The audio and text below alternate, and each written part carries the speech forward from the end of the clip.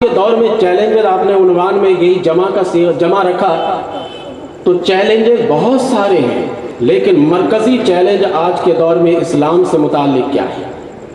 مرکزی چیلنج اسلام سے متعلق یہ ہے کہ اسلام کو دہشت گرد مذہب کہا جا رہا ہے اور مسلمانوں کو دہشت گرد کہا جا رہا ہے۔ اس چیلنج کا مقابلہ ہمیں کرنا ہے، اس کا جواب ہمیں قرآن و حدیث سے نکال کر آپ کے سامنے پیش کرنا ہے، اور اس اعتراض میں اور اس چیلنج میں کس قدر اس کے اندر جان ہے یہ آپ خود اس سے سمجھیے گا۔ میں ایک مقولہ ایک شخص کا پیش کرتا ہوں۔ ہٹلر نے اپنے زمانے میں یہ جملہ کہا تھا کہ ایک جھوٹ اتنی مرتبہ دہراؤ، بار بار اسے بیان کرو کہ لوگ اسے سچ ماننے لگ جائیں۔ ایک جھوٹ کو اس قدر دہراؤ، اس قدر ایک جھوٹ کو بار بار لوگوں کے سامنے بیان کرو کہ لوگ اسے سچ سمجھنے لگ جائیں۔ اہل یورپ کا اسلام کے خلاف یہی ایک بنیادی قانون اور انہوں نے ضابطہ بنا لیا کہ اسلام کے خلاف ایک مرتبہ نہیں، دو مرتبہ نہیں، بار بار میڈیا پر آ کر جھوٹ کہو اور بار بار اسلام کے خلاف یہ کہو کہ اسلام ایک دہشت گرد مذہب ہے، مسلمان دہشت گردی کے شکار ہیں۔ اس طرح سے بار بار اہل یورپ آ کر میڈیا پر اسلام کے خلاف یہ بیان دے رہے۔ یہ ہٹلر کا بنیادی جو ہے نظریہ تھا کہ ایک جھوٹ کو بار بار دہراؤ کہ لوگ اسے سچ ماننے لگ جائیں۔ اب اس کے تحت ذرا سا آپ دیکھیے گا کہ اس جھوٹ کو ایک طرف رکھتے ہیں، پہلے ایک سرسری جائزہ لیتے ہیں کہ کیا کسی مذہب میں بھی دہشت گردی جائز ہے، یا کسی مذہب والوں نے دہشت گردی کے جواز کی کوئی سند دی ہے؟ اگر ایسا کسی مذہب میں ہے تو پھر اسلام پر بھی الزام عائد کر سکتے ہیں، لیکن دنیا کے چاہے وہ باطل مذہب ہو، چاہے وہ دنیا کا سچا مذہب کیوں نہ ہو، کسی مذہب میں بھی اس کی اجازت نہیں ہے کہ اس مذہب کے ماننے والوں کو دہشت گرد بنایا جائے، چاہے کہ اسلام سے متعلق یہ نظریہ رکھے۔ کسی مذہب میں چاہے دہشت گردی کا ارتکاب کرنے والا عیسائی مذہب سے تعلق رکھتا ہو، چاہے وہ یہودی مذہب سے تعلق رکھتا ہو، نصرانی مذہب سے تعلق رکھتا ہو، کسی مذہب سے بھی تعلق رکھتا ہوگا، کسی مذہب والوں نے اسے جواز کی سند نہیں دی ہے، یہ یاد رکھیے گا۔ اب اسلام جس کی خمیر مساوات اور امن اور عدل کی مٹی سے تیار ہوئی ہے، وہ اسلام اپنے ماننے والوں کو دہشت گردی کی تعلیم کیسے دے گا؟ وہ اسلام اپنے ماننے والوں کو دہشت گرد کیسے بنائے گا؟ یا اس اسلام کا کوئی ایسا نظریہ کیسے ہو سکتا ہے کہ جس کے تحت مسلمان دہشت گردی کا شکار ہو جائیں؟ اسلام کی خمیر ہی تو مساوات اور امن اور سلامتی کی بنیاد پر ہے، اس لیے یہ اسلام کبھی بھی دہشت گردی کی تعلیم نہیں دیتا اور نہ کبھی دے گا۔ لیکن اس کے باوجود یہ پروپیگنڈا یہ کرتے رہتے ہیں۔ ایک بات یہاں پر میں جملہ معترضہ کے طور پر آپ کے گوش گزار کروں۔ دیکھیے، آپ نے دنیا کی چیزوں کو دیکھا ہے کہ بعض چیزیں ایک دوسرے کے بہت سخت مخالف ہوتی ہیں۔ مثلا آگ اور پانی کا رشتہ، یہ بہت متضاد رشتہ ہے۔ جہاں پر آگ ہوگی وہاں پر پانی نہیں ہوگا، جہاں پر پانی آپ اس کو رکھے گا وہاں پر آگ نہیں، دونوں متضاد چیز ہے۔ آگ اور پانی کو کوئی شخص آن کر یہ کہہ دے کہ حضرت میں نے آگ اور پانی کو یکجا دیکھا ہے، دونوں ایک دوسرے کا دوست ہے، تو میں یہی کہوں گا کہ یہ غلط ہے۔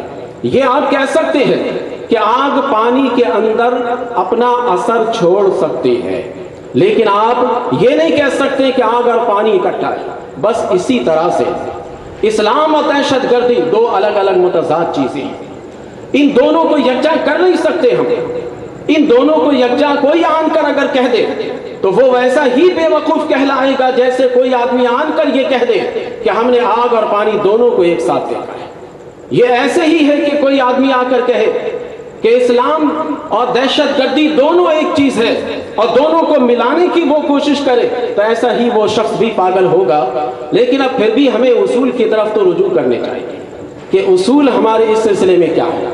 اس سلسلے میں دیکھیے، میں قرآن پاک کے ایک مقام کی آیت کو کوٹ کرتا ہوں کہ اسلام دہشت گردی کو کس طرح سے بند کرتا ہے، اسلام دہشت گردی کا راستہ کس طرح سے روکتا ہے۔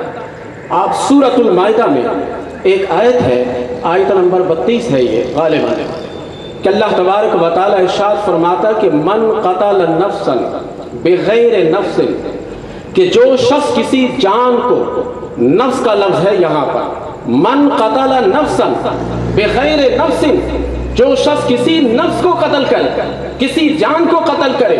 دیکھیے اگر یہاں پر یہ کہا جاتا من قتل المومن، تو پھر ایک کافر کہتا کہ مومن کو قتل کرنے سے منع کیا گیا ہے، لیکن کافر کو تو مسلمان قتل کرتے ہیں، کافر کو تو مسلمان مارا کرتے، جہاں پاتے ہیں وہاں مار دیتے. تو اس راستے کو اللہ تبارک و تعالیٰ نے بند فرمایا کہ نہیں، من قتل مومن نہیں ہے لفظ. اسی طرح من قتل الناس کہا جاتا، تو پھر کیا اسلام اس کی اجازت دیتا آپ کو کہ آپ راستے چلتے ہوئے کسی چوٹی کو ہاتھ سے مسل دیں، یا راستے چلتے ہوئے کسی پرندہ کو آپ مار دیں، یا راستے چلتے ہوئے کسی جانور کو آپ قتل کر دیں، یا کسی کو ایذا اسی طرح سے پہنچا دیں؟ یہ سارے راستے اسلام بند کرنے کے لیے کہتا ہے من قتل نفسا، جس کے اندر بھی جان ہے اگر اسے کوئی ناحق قتل کرتا ہے.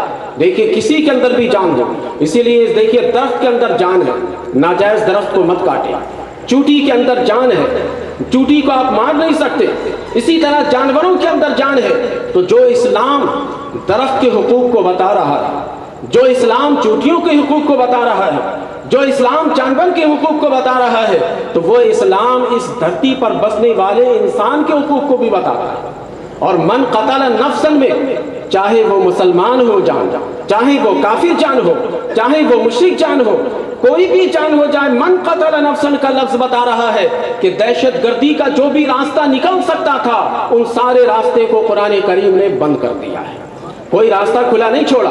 اس کے باوجود پھر ایک راستہ کوئی چور دروازے سے نکال سکتا تھا کہ ہمیں کسی نفس کو مارنے سے منع کیا گیا، ہم کسی نفس کو ماریں گے نہیں، املاک میں آگ لگائیں گے، دکانوں کے تالے توڑ کر سامان لوٹ لیں گے، راستے بلاند کر دیں گے ہم.